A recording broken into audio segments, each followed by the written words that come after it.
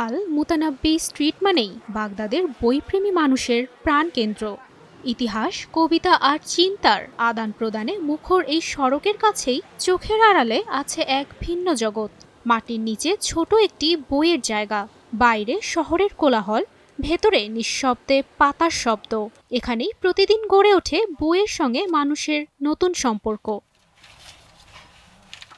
এই জায়গাটির উদ্যোক্তা আদনান জাফর ঘানি।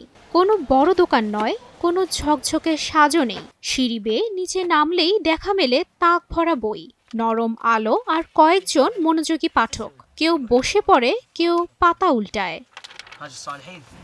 আদনান জাফর ঘানি শুধু বই বিক্রি করেন না, যাদের বই কেনার সামর্থ্য নেই তাদের জন্য এখানে বই দেওয়া হয় বিনামূল্যে। তার বিশ্বাস, বই কখনো বিলাসিতা হতে পারে না, জ্ঞান সবার জন্য।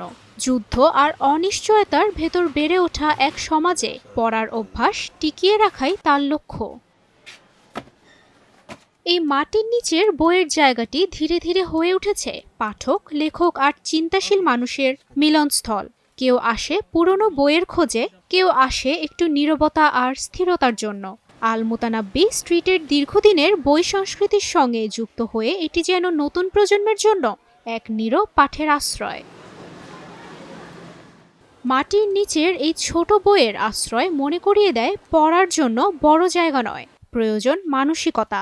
আদনান জাফর ঘানির এই উদ্যোগ বাগদাদকে শুধু বই দেয় না, দেয় আশা। প্রমাণ করে যত অন্ধকারই থাকুক না কেন, বইয়ের আলো নীরবে পথ দেখাতে পারে। তুবাইশি বুশরা, স্টার নিউজ।